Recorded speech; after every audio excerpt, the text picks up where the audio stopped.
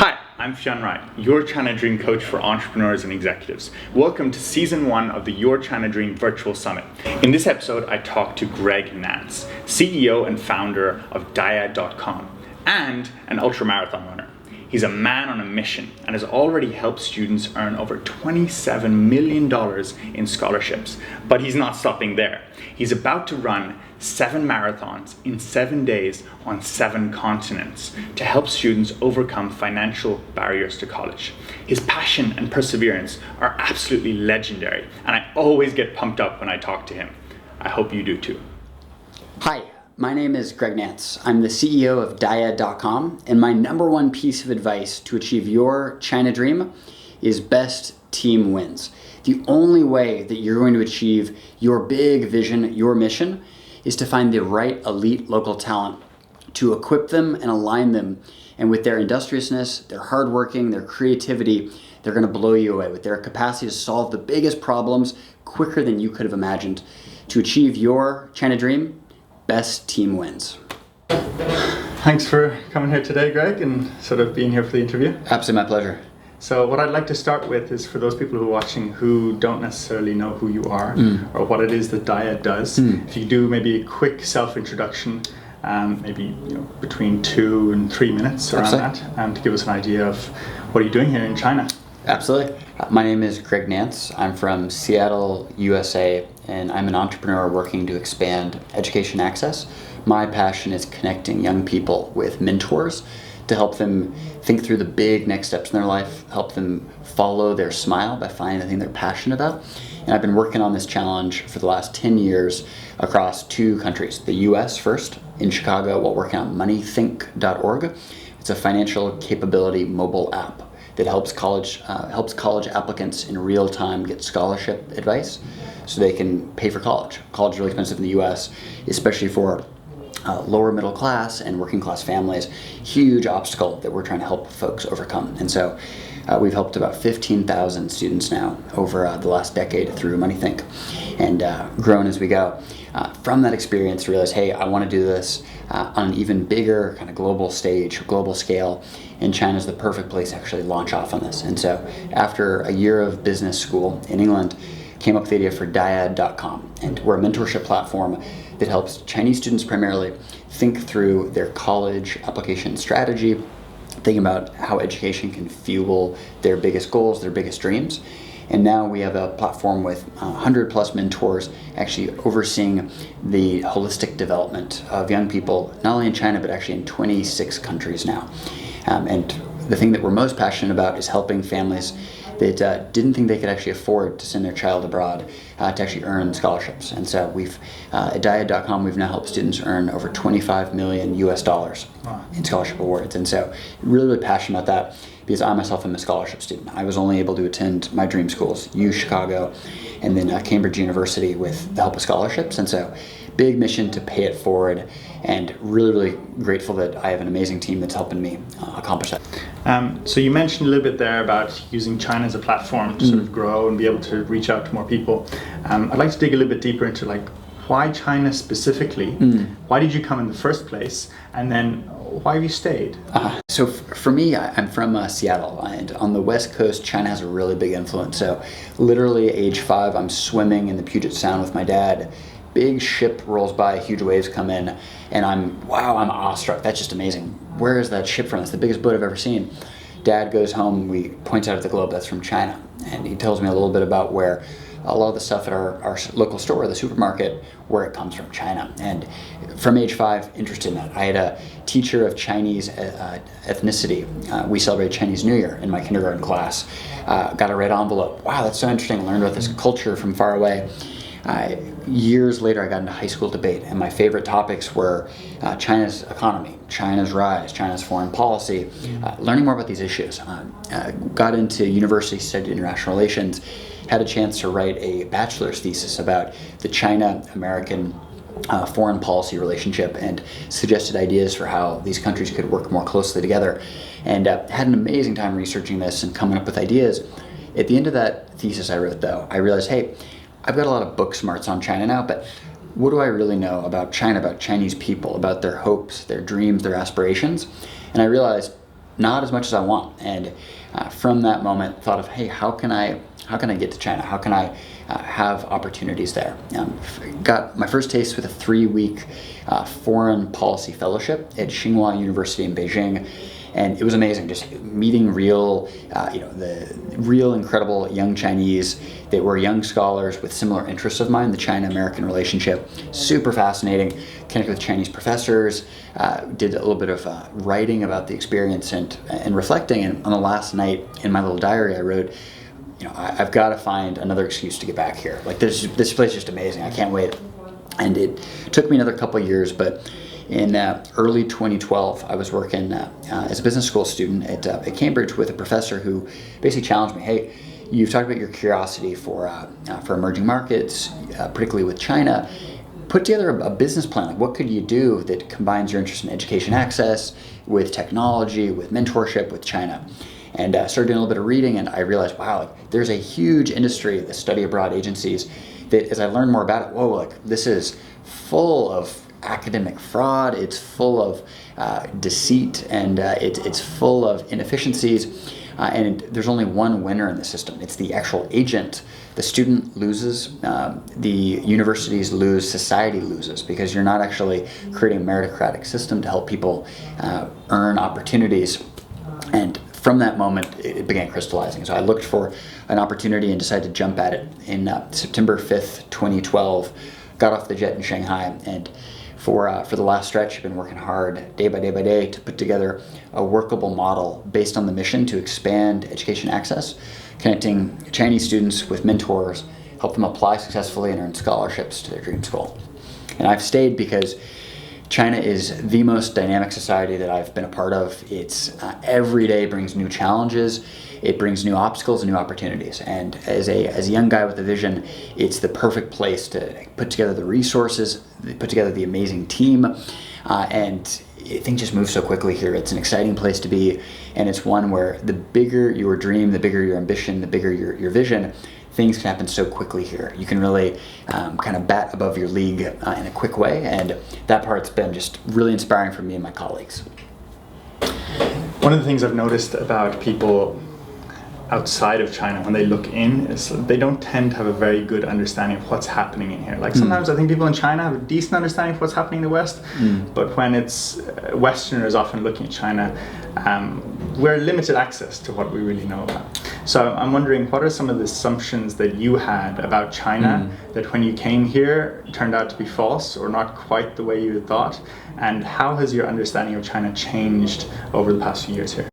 Great question, and one that I was worried about because I thought I knew so much, but does this match reality? And there were a few things that struck me in particular. Number one, I had the false perception that made in China meant low quality, or it meant just pure copycat business strategies. That was shook from me very quickly. That I think the Chinese are enormously innovative, creative, and hardworking to the point where there are rapid iterations, and the ability to leapfrog a lot of Western technology is apparent. Anyone that's ridden dockless bikes or has used WeChat or mobile payments can attest to that, and the rapid innovative quality of Chinese entrepreneurs and Chinese business people, Chinese society.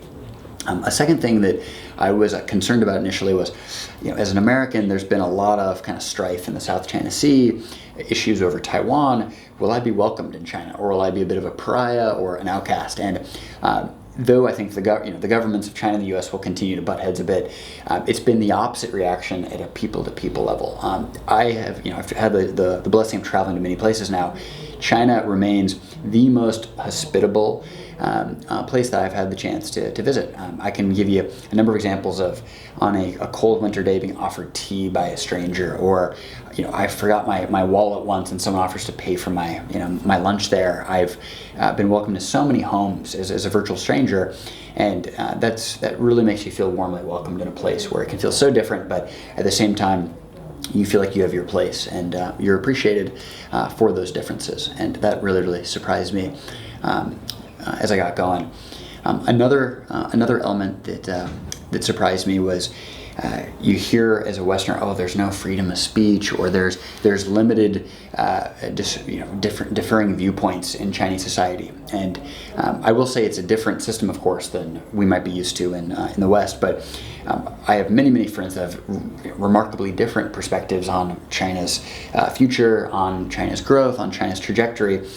Many of them, applaudatory toward the direction. Others with, hey, like, here's how I would do it differently. And so there's a lot more freedom of mind and freedom of sharing than I was initially expecting. And that's led to some really great discussions and better understanding that there is no monolith here in China. There's 1.3 billion people, and in my view, there's somewhere near 1.3 billion different viewpoints, opinions, and life stories. And the richness and the diversity there has been really inspiring for me to learn about as you go, because within different parts of China, you'll have radically different views. I'm a mountain climber, I'm a runner, and getting out west is where some of my favorite adventures have happened. And climbing in Yunnan, hearing about various villagers and their view of Chinese development, and aren't these mountains exquisite? Isn't this beautiful? And I said, well, those mountains are also keeping us poor. Like, I wish I could get my products to port more quickly. Like, whoa, like, wouldn't have guessed that. Like, this is a magical place. And simultaneously, in Shanghai, people long for blue skies and for forests and for mountains. And so there's an interesting element here of this aspirational element in society, where some folks from the West aspire to Eastern livelihood and the affluence that comes with that, and some folks that are now very successful professionals along the Eastern Seaboard, they long for some of the simplicity of further inland and how their parents or grandparents may have grown up. So it's a society longing for both the past, the present, and the future. And that part really fascinates me and definitely surprised me with some of the depth there of those feelings. Well, having been doing business here over the last few years in China, what would you say are some of the main obstacles that you've come across, and how did you overcome them? I think the first obstacle that I faced was just zero momentum. I didn't really even know which way was up or down as you get started, and you're really trying to find those first users for your website. You're trying to find that first customer, and until you've got momentum, it's a huge, onerous, kind of Sisyphusian task. Showing up to your desk each day with your bank account dwindling and your user base still literally zero. It can feel really daunting, and so that was definitely a big obstacle. The way that I approached that was 3 words: luck, surface, area. I knew that I've got to get lucky. This isn't going to fix itself. There's no magic involved. It's going to be a lot of sweat to get this going, and so started saying yes to every invitation. So meet a friend who then asked me out for a coffee. Yes, let's do it. Get offered an invitation to come to lunch or to dinner. Yes, let's do it. Get offered the opportunity to attend a little technology conference. Yes, I'm in. Let's do it. And after a couple dozen yeses, well, all of a sudden, get our first users coming. Our videos start getting shared by a few folks. Kind of an amazing day. We get our first client, get our first revenue coming through. And so those facing zero momentum, China and elsewhere, think luck, surface area. You got to put yourself in a position to get lucky. A second big obstacle faced was just a lack of cultural understanding, a lack of linguistic capacity. I came knowing ni hao and xie, hello and thank you. And the result of that was, I think was actually fortunate in one respect, which it was so obvious and glaring, my limitation there, my weakness. And I knew that I really had to put together a team to address this challenge and to overcome this obstacle. And so the second kind of way we proceeded was under 3 words: best team wins. I knew, look, the only way we're going to go anywhere here is putting together the best possible team, and then equip this top-notch talent with aligned on our mission, on our vision, build a model that really works, and quickly iterate based off that. And so these were 2 of the biggest obstacles from day one, and luck, surface area, and a best teams wins kind of mentality were the only way that we overcame those early obstacles. One of the difficulties I hear from entrepreneurs a lot here is finding the right people. What is your hiring process like, and how do you decide this is someone that we're going to take on board and work with full time? Yeah, so big challenge in China and I think everywhere. For me, quantity drives quality, and so I really like to meet a lot of folks. I like to get out, share more about diet and what we're working on. And at the end of those events, you'll frequently have half a dozen or a dozen conversations with someone that wants to learn more, could see themselves contributing to your mission. And so quantity drives quality. I love meeting folks that are also into education access, that are also fascinated by technology's power to solve problems, and are interested in our kind of professional and personal development philosophies that are part of what we do at dyad.com. And from those early conversations, we aim to fast track folks and get them actually contributing. And so I'm a big fan of actually having our team leads within the team having the opportunity to chat with someone, and once we have thumbs up across the room, we'll actually move forward with a trial project. And so at this stage, it's very much show us what you can do, because there's a big difference between being able to interview in a polished fashion or say some of the right things, or even have a series of excellent credentials leading up to this point, and then also contributing proactively in Dyad. We're really fast moving. We have a peculiar culture that works really well for us, and we need to figure out if you're going to align well with that and contribute there.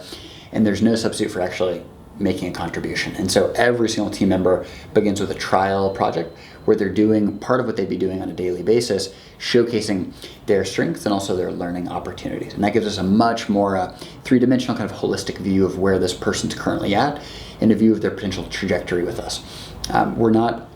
We have actually just one layer of management in the company, so it's very, very flat as we grow. And so we need folks that can basically work really well and efficiently on the front line, that can also manage their own workflow as they go, can set goals and then hold themselves accountable, all while being able to operate in a really fast-moving, kind of high-pressure, high-stress environment at times, all with a smile, because we're upbeat, we're positive energied, and you need folks to really fit well with that. And so quantity drives quality. Look for people that are drawn to that mission to expand education access, that are excited about technology and its future for innovation and to solve social problems, and simultaneously people that smile easily, that are a pleasure to be around, that are excited each and every day, that are creative, and that bring that energy. And I find that formula, when you find them, it can be magical, because when you put enough folks like that together that are all rowing in the same direction, you can't stop a team like that. And it goes back to best team wins. Those are the critical ingredients, the magical elixir that really brings it together.